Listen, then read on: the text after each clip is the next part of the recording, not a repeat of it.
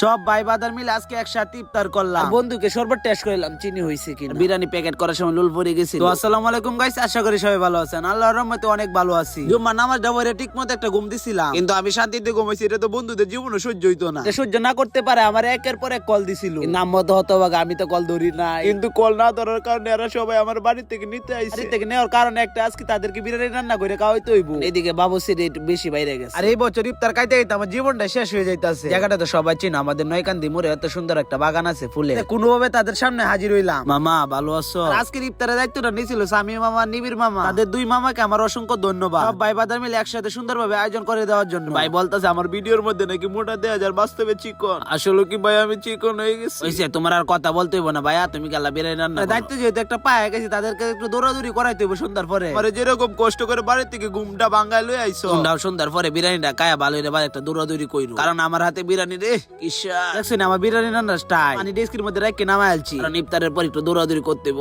ও কিসা দোষ, আমি তো রোজা রাখছি রে, কোনোভাবে কোন খাওয়া যায়। দোষ আপনি দেখবেন কিভাবে আপনি টেস্ট করায়। ডেস্কের মধ্যে পানি দিয়ে শরবত বানাইছে বন্ধু মামুনের লারার অবস্থা। কারণ রমজান মাসে ঠিক মতো কলা খেতে পারে না, কলা না খাওয়ার কারণে শক্তি দিন দিন কমে যাচ্ছে। কারণ ইফতারের পর বিরিয়ানি বেশি খাওয়ার কারণে কলা ঠিক মতো খেতে পারে না। এদিকে ঠিক মতো কলা খেয়ে আমার শরীরে শক্তি দ্বিগুণ বেড়ে গেছে।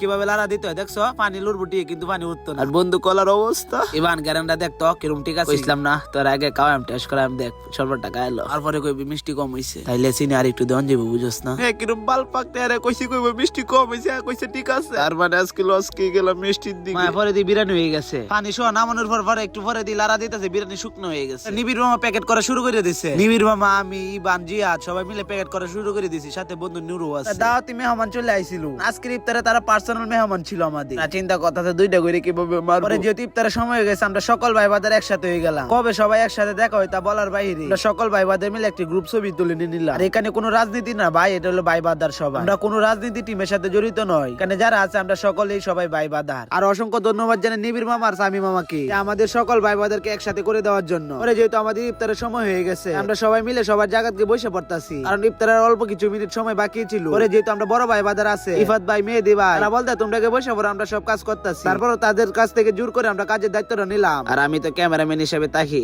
কাজ করতে হয় না। বন্ধু ইবান আর জিয়া তাদের কাছে বিরিয়ানি প্যাকেট পৌঁছায় দিতেছে। সাইডে বন্ধুরা দিতেছে, এক সাইডে ইফাত ভাইরা দিতেছে। আর ইফাত ভাইকে অনেক ধন্যবাদ আমাদের কাজে সহযোগিতা করার জন্য। আর আলহামদুলিল্লাহ আজকের ইফতারটা অনেক সুন্দরভাবে আয়োজন করা হয়েছিল। সময়ের ব্যস্ততার কারণে ছোট ভাই বন্ধু বান্ধব অনেকে আসতে পারে না। এর প্রতি আমাদের অনেক ভালোবাসা রইলো। ইনশাআল্লাহ কোনো একদিন তোমাদের সাথে আমরা সবাই মিলে ইফতার করব। তোমাদের জন্য আমাদের অনেক কষ্ট লাগছে। এই ইফাত ভাই ক্যামেরার দিকে তাকাও, তো নিলে দায়িত্বের কাজটা শেষ করতে হয়। এরকম ভাবে দায়িত্ব দিয়েছি, নিজের শরবত পাইতাছি। শরবত টিয়ে আছে কিন্তু শরবত বিলহন দিত না, কারণ দায়িত্ব আমাদের এখনো শেষ হইছে না। তার একদিকে শরবত লয়ে আছে, কিরে শরবত কে আমার একটু ফুটতো না দে বেটা, সাইডে ঢেরা সবাই দিতেছে কিন্তু আমারও দিতেছে। বান্দা কোনো রকম সাথ দিতাম না, দেহাম করতাম দিতারে না আমারে মা। এই পরে দেয়া যে আমার দেলছে। আর আরেক মাতাল যে কইতে গাইছে আয়দুল কিভাবে এদিক সেদিক কি ঘোরাঘুরি করছে, দেহ না আল্লাহ কি অবস্থা। রোজা তো সারাদিন রাহি না, মানে অন্যরকম ভাবে একটা পাগল হয়ে গেছে। তুই কি ঘোরাঘুরি শুরু করছে একটা। আপনার এরকম মাতাল বন্ধুকে মেনশন দিয়ে যা। আলহামদুলিল্লাহ আজকে ইফতারটা শরবত দিয়ে শুরু করলাম। শরবতের পাশাপাশি কেজুরও ছিল, কিন্তু কেজুর খাইছি না, বিরিয়ানি শেষ করে দিয়েছি। তো তাড়াতাড়ি খাইছি তত তাড়াতাড়ি আরেকটা বাড়ি মাইরে দিতে পারবো আমার, কারণ এক বাড়ি শেষ করে আরেক বাড়ি লইছি। বুঝলাম না, আমরা অনেক কষ্ট করে ওয়ানটা প্লেটও খাইছি, তোমরা বিলি লইছো একটা, বুঝলাম না ভাই তোমাদের পেট কে এতই কালি ছিল।